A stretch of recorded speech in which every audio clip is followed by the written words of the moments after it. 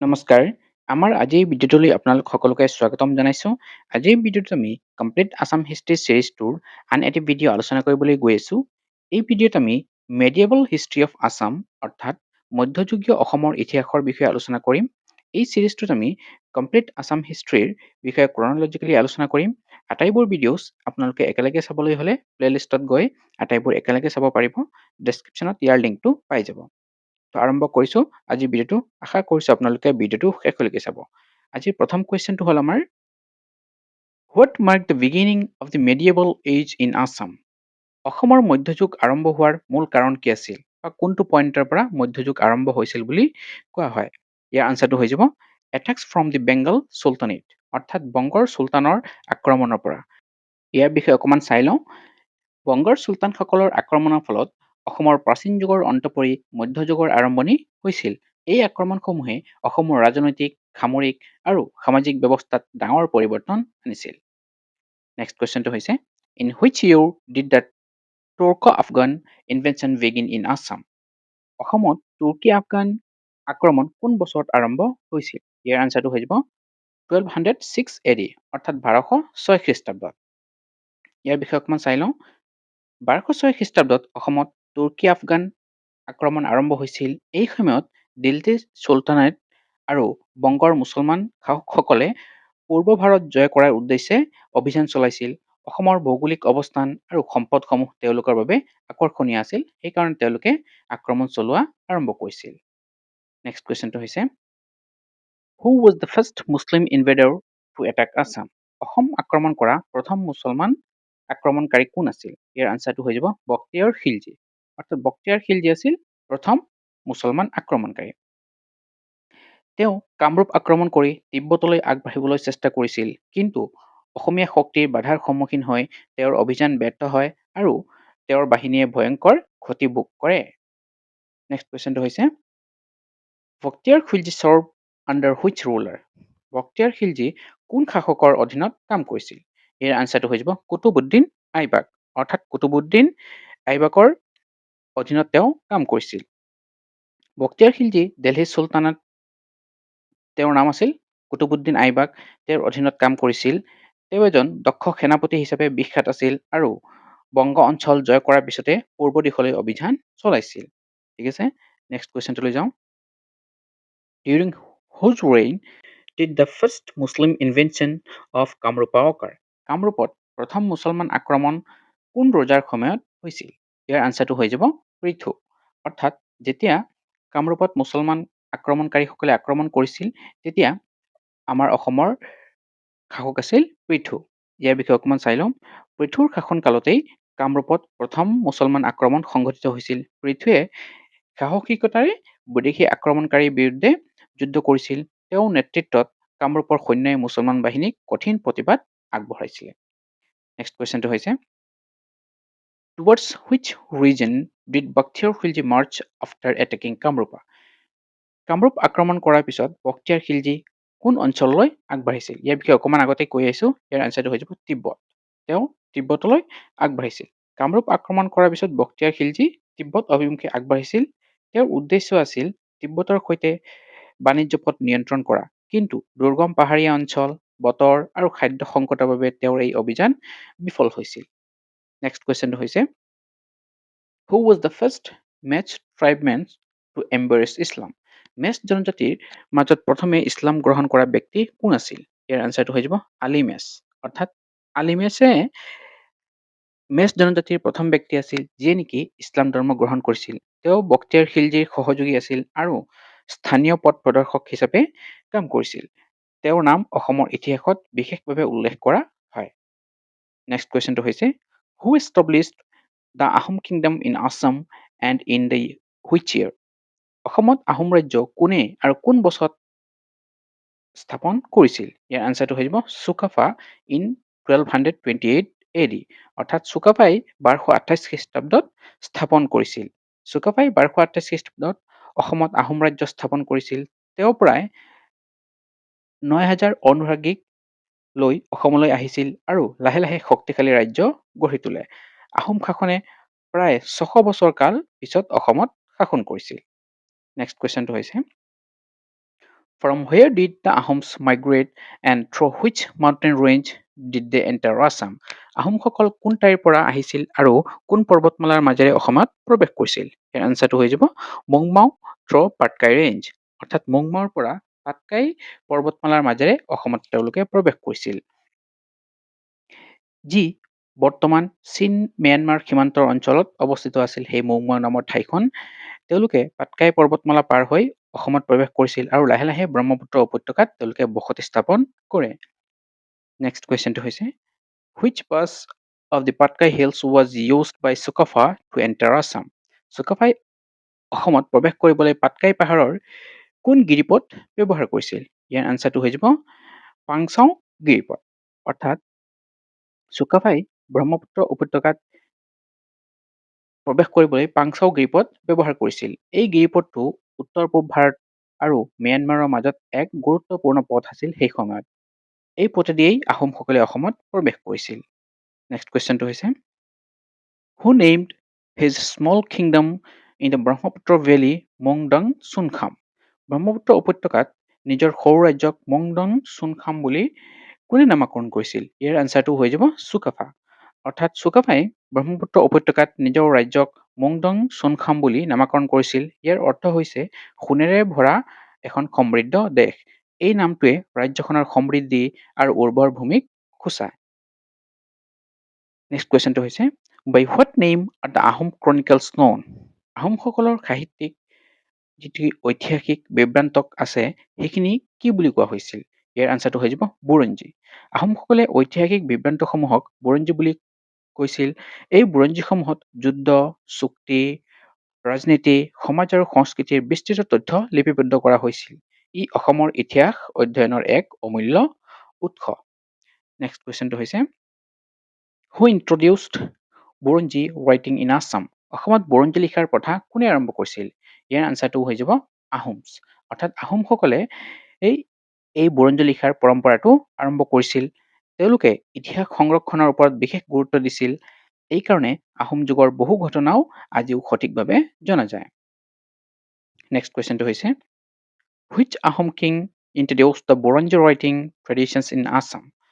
অসমত বুৰঞ্জী লিখাৰ পৰম্পৰা কোন আহোম ৰজাই আৰম্ভ কৰিছিল? ইয়াৰ আনসাৰটো হৈ যাব চুকাফা। অৰ্থাৎ চুকাফাই অসমত বুৰঞ্জী লিখাৰ পৰম্পৰাটো আৰম্ভ কৰিছিল। তেওঁৰ সময়ৰ পৰাই ৰাজ্যৰ গুৰুত্বপূৰ্ণ ঘটনা, যুদ্ধ আৰু শাসন ব্যৱস্থা লিখিত ৰূপত সংৰক্ষণ কৰা হৈছিল। নেক্সট কুৱেশ্যনটো হৈছে in which language were the বুৰঞ্জীজ first compiled? বুৰঞ্জীসমূহ প্ৰথমে কোন ভাষাত লিখা হৈছিল? ইয়াৰ আনসাৰটো হৈ যাব আহোম লেংগুৱেজ। অৰ্থাৎ আহোম ভাষাত লিখা হৈছিলে। বুৰঞ্জীসমূহ প্ৰথমে আহোম ভাষাত লিখা হৈছিল, পিছলৈ অসমীয়া ভাষালৈ অনুবাদ কৰা হয় যাতে সাধাৰণ মানুহেও সেই ইতিহাস বুজিব পাৰে। আহোম ভাষা টাই ভাষা পৰিয়ালৰ অন্তৰ্গত আছিল। নেক্সট কুৱেশ্যনটো হৈছে what is the literal meaning of the word বুৰঞ্জী? বুৰঞ্জী শব্দটোৰ আক্ষৰিক অৰ্থটো কি? ইয়াৰ মিনিং হৈছে store that teaches the ignorant, অৰ্থাৎ অজ্ঞ লোকক শিক্ষা দিয়া ভঁৰাল। বুৰঞ্জী শব্দটোৰ অৰ্থই হৈছে অজ্ঞ লোকক শিক্ষা দিয়া ভঁৰাল।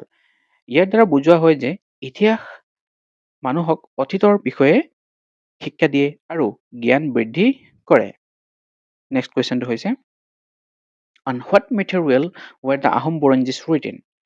আহোম বুৰঞ্জী কোন বস্তুত বা কি বস্তুত লিখা হৈছিল? ইয়াৰ আনসাৰটো হৈ যাব bark of sachi tree or alloy wood, খাচী গছ অথবা আগৰ কাঠৰ ছালৰ ওপৰত লিখা হৈছিল। এই আহোম বুৰঞ্জীসমূহ খাচী গছ অথবা আগৰ কাঠৰ ছালতে লিখা হৈছিল।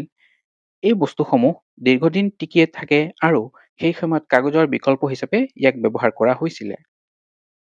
নেক্সট কুৱেশ্যনটো হৈছে what title was used to address the Ahom kings? Ahom ৰজাসকলক কি উপাধিৰে সম্বোধন কৰা হৈছিল? ইয়াৰ আনসাৰটো হৈ যাব স্বৰ্গদেউ। অৰ্থাৎ আহোম ৰজাসকলক স্বৰ্গদেউ বুলি সম্বোধন কৰা হৈছিল। এই উপাধিয়ে ৰজাসকলক ঐশ্বৰিক মৰ্যাদা প্ৰদান কৰিছিল আৰু প্ৰজাসকলৰ মাজত সন্মান বৃদ্ধি কৰিছিল।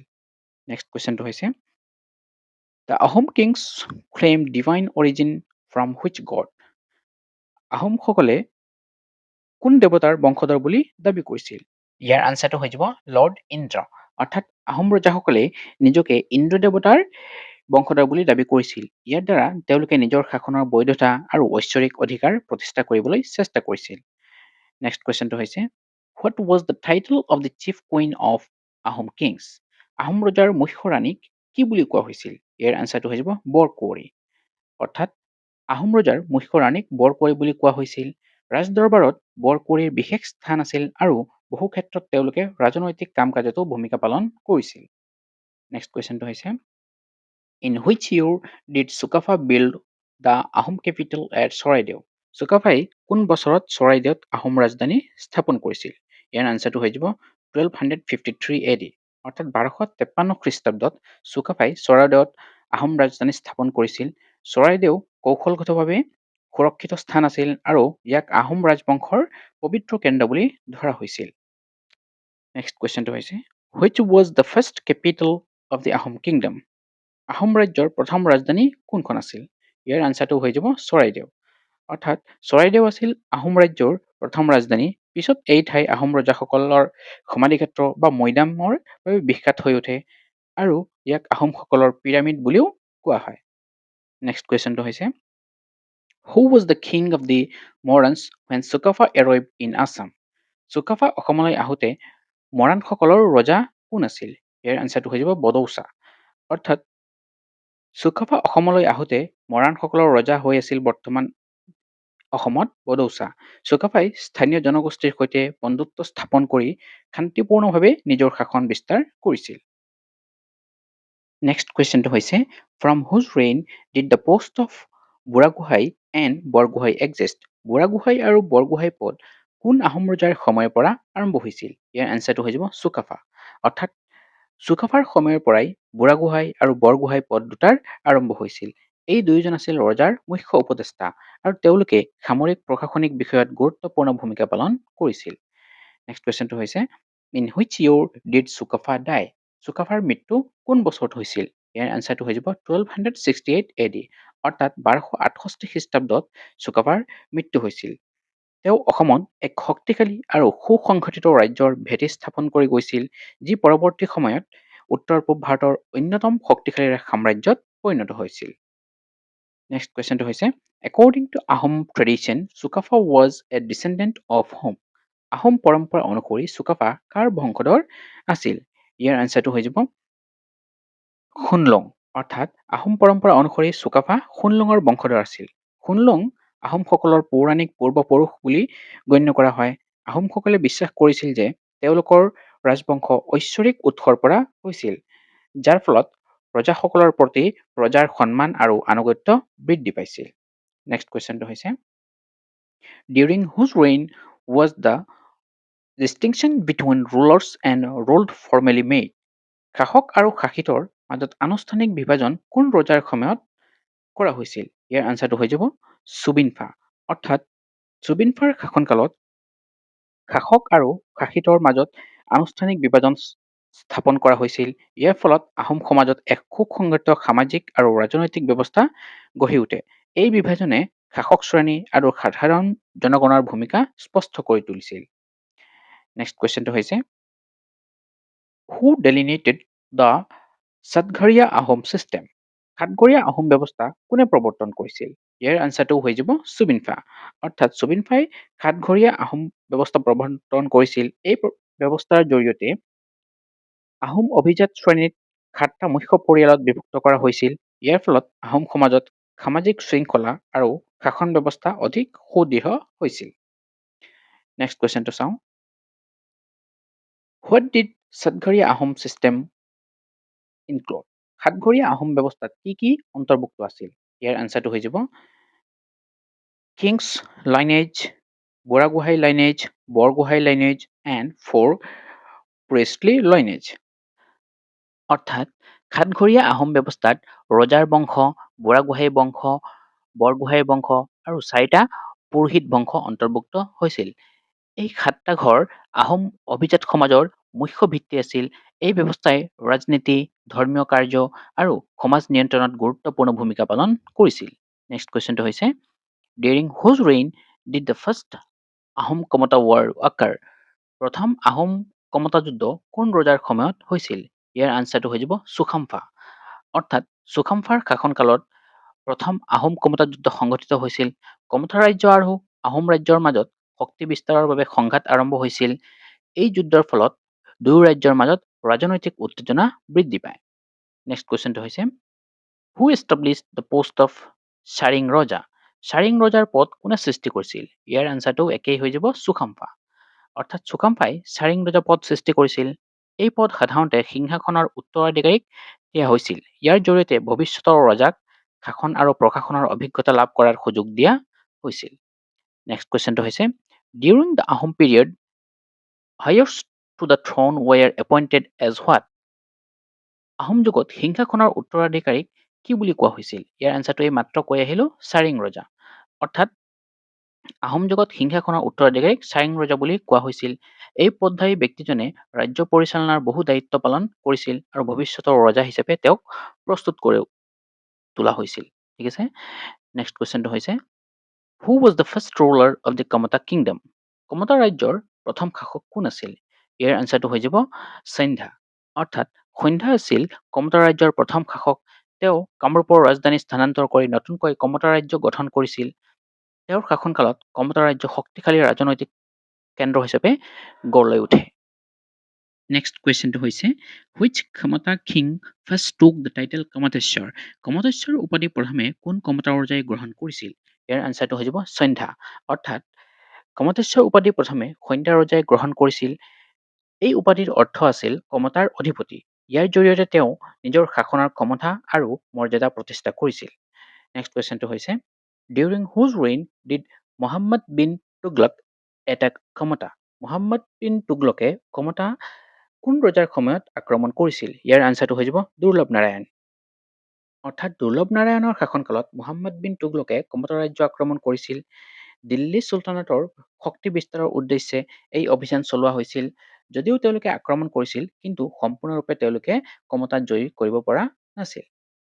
নেক্সট কুৱেশ্যনটো হৈছে Hem Saraswati was the court poet of which king? Hem Saraswati কোন ৰজাৰ সভাকবি আছিল? ইয়াৰ আনচাৰটো হৈ যাব দুৰ্লভ নাৰায়ণ। হেম সৰস্বতী দুৰ্লভ নাৰায়ণৰ সভাকবি আছিল। তেওঁ অসমীয়া সাহিত্যৰ অন্যতম প্ৰাচীন কবি হিচাপে পৰিচিত। তেওঁৰ ৰচনাসমূহে মধ্যযুগীয় অসমৰ সাহিত্যিক বিকাশত উল্লেখযোগ্য অৱদান আগবঢ়াইছিল। নেক্সট কুৱেশ্যনটো হৈছে Hem Saraswati and Harihar Bipra enjoyed the patronage of whom? Hem Saraswati আৰু হৰিহৰ বিপ্ৰই কাৰ পৃষ্ঠপোষকতা লাভ কৰিছিল? ইয়াৰ আনচাৰটো হৈ যাব দুৰ্লভ নাৰায়ণ। অৰ্থাৎ হেম সৰস্বতী আৰু হৰিহৰ বিপ্ৰই দুৰ্লভ নাৰায়ণৰ পৃষ্ঠপোষকতা লাভ কৰিছিল। কমতা ৰাজদৰবাৰে সাহিত্য, সংস্কৃতি আৰু জ্ঞান চৰ্চাক বিশেষ গুৰুত্ব দিছিল। এই পৃষ্ঠপোষকতাৰ ফলত অসমীয়া সাহিত্য সমৃদ্ধ হৈছিল। নেক্সট কুৱেশ্যনটো হৈছে what was the common among Hem Saraswati, Kaviratna Saraswati and Harihar Bipra? Hem Saraswati, Kaviratna Saraswati আৰু হৰিহৰ বিপ্ৰৰ মাজত কি সাদৃশ্য আছিল? ইয়াৰ আনচাৰটো হৈ যাব অল ৱেৰ কামৰূপী পয়েটছ। সকলো আছিল কামৰূপী কবি। এইটো আছিল তেওঁলোকৰ মাজৰ এটা সাদৃশ্য বা মিল। ঠিক আছে। তেওঁলোকে অসমীয়া ভাষা আৰু সাহিত্যৰ বিকাশত উল্লেখযোগ্য অৱদান আগবঢ়াইছিল। তেওঁলোকৰ ৰচনাই মধ্যযুগীয় অসমৰ সাংস্কৃতিক ঐতিহ্যক সমৃদ্ধ কৰি তুলিছিল। ঠিক আছে। নেক্সট কুৱেশ্যনটোলৈ যাওঁ। Where did the famous Kamrupi poet চন্দ্ৰহৰিত live? বিখ্যাত কামৰূপী কবি চন্দ্ৰহৰতী ক'ত বসবাস কৰিছিল? ইয়াৰ আনচাৰটো হৈ যাব নৰ্থ গুৱাহাটী। অৰ্থাৎ বিখ্যাত কামৰূপী কবি চন্দ্ৰহৰতী উত্তৰ গুৱাহাটীত বাস কৰিছিল। তেওঁ ষোড়শ শতিকাৰ এজন উল্লেখযোগ্য কবি আছিল। তেওঁৰ সাহিত্য কৰ্মসমূহ মধ্যযুগীয় অসমৰ সাহিত্যিক আৰু ঐতিহ্যৰ এক গুৰুত্বপূৰ্ণ অংশ। নেক্সট কুৱেশ্যনটো হৈছে in which year did Sikandar Shah attack the Kamata kingdom? Sikandar শ্বাহে কোন বছৰত কমতা ৰাজ্য আক্ৰমণ কৰিছিল? ইয়াৰ আনচাৰটো হৈ যাব 1362 AD। অৰ্থাৎ 1362 খ্ৰীষ্টাব্দত চিকান্দাৰ শ্বাহে কমতা ৰাজ্য আক্ৰমণ কৰিছিল। এই আক্ৰমণ বংগ চুলতানেটৰ শক্তি বিস্তাৰৰ অংশ আছিল। যদিও কমতা ৰাজ্য আক্ৰমণৰ সন্মুখীন হৈছিল তথাপিও স্থানীয় শাসকসকলে ইয়াক প্ৰতিৰোধ কৰিবলৈ সক্ষম হৈছিল। এইটোৱে আছিলে আজি আমাৰ আলোচনা একেবাৰে শেষৰটো কুৱেশ্যন। নেক্সট ভিডিঅ'ত আমি ইয়াৰ বাকী কুৱেশ্যনছখিনিৰ বিষয়ে আলোচনা কৰিম। আশা কৰিছোঁ আজিৰ ভিডিঅ'টো আপোনালোকে শেষলৈকে চাইছে। ভিডিঅ'টো ভাল লাগিলে বন্ধু বান্ধৱীৰ লগত ভিডিঅ'টো শ্বেয়াৰ কৰি দিব আৰু চেনেলটো ছাবস্ক্ৰাইব কৰি দিব। আজিৰ ভিডিঅ' ইয়াতেই সামৰিছোঁ। ধন্যবাদ।